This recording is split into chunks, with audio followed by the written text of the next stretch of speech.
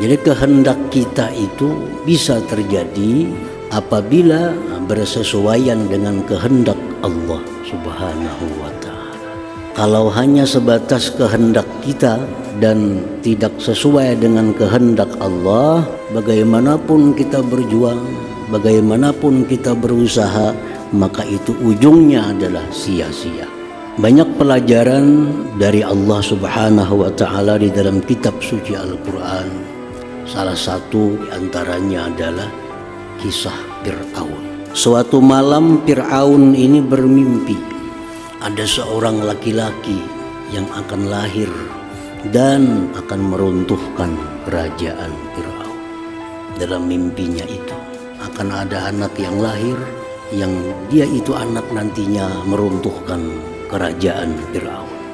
Begitu Fir'aun bangun dari tidurnya, Fir'aun mengumpul menteri-menterinya. Dibikin satu perintah ke seluruh penjuru negeri Mesir. Mulai malam ini siapa ada yang melahirkan anak laki-laki dibunuh.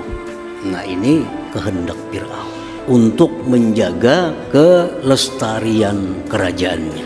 Jadi mulai hari itu siapapun ada perempuan di negeri Mesir yang melahirkan anak laki-laki itu dibunuh untuk menyelamatkan kerajaan Fir'aun. Jadi ada sana anak laki-laki lahir dibunuh, ada di ujung negeri berita anak laki-laki lahir dibunuh.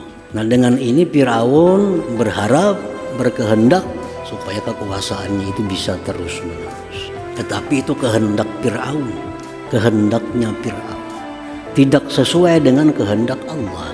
Ternyata laki-laki yang menghancurkan kerajaan Fir'aun itu justru laki-laki yang ada di istana Fir'aun itu sendiri, yang diasuh Fir'aun sejak kecil, yaitu Nabi Musa alaihissalam.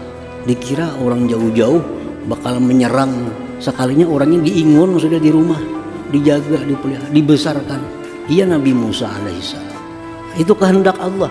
Bagaimanapun kita matangnya satu program, hebatnya satu perencanaan, tapi kalau kada sesuai dengan rencana Allah, itu akan sia-sia, akan tidak ada arti. Dalam Al-Quranul Karim dikisahkan lagi bagaimana rencana program saudara-saudara Nabi Yusuf alaihissalam untuk melenyapkan Nabi Yusuf. Nabi Yusuf dibawa dengan izin ayahnya sendiri untuk berburu. Sampai di hutan, Nabi Yusuf dimasukkan ke dalam sumur supaya mati. Begitu pulang ke rumah, saudara-saudara Nabi Yusuf ini melaporkan kepada ayahnya bahwa Nabi Yusuf dimakan serigala. Habislah cerita Nabi Yusuf, perkiraan dari saudara-saudaranya. Ternyata apa yang terjadi, Nabi Yusuf diangkat dari sumur itu oleh seseorang dan dijual sampai ke negeri Mesir. Akhirnya Nabi Yusuf menjadi seorang raja. Dan akhirnya saudara-saudara Nabi Yusuf yang berencana melenyapkan Nabi Yusuf tadi mengemis kepada Nabi Yusuf, minta bantuan makanan karena sedang terjadi kelaparan di tempatnya itu. Nah, ini rencana manusia, kehendak manusia. Apabila tidak sesuai dengan kehendak Allah, terjadilah demikian. Bilal bin Rabah, sahabat besar Nabi kita sallallahu alaihi wasallam. Nah, Bilal ini pada awal mulanya merupakan seorang budak, seorang hamba sahaya miliknya Umayyah bin Khalaf. Umayyah ini berkehendak agar Bilal ini jangan beriman kepada Nabi Muhammad sallallahu alaihi wasallam. Dengan macam-macam cara tuannya si Bilal ini dirayu, dibujuk, diancam, sampai disiksa. Tetap Bilal mengatakan tiada Tuhan selain Allah. Dan akhirnya Bilal diselamatkan oleh Abu Bakar Siddiq radhiyallahu anhu dan menjadi seorang sahabat Rasulullah sallallahu alaihi wasallam.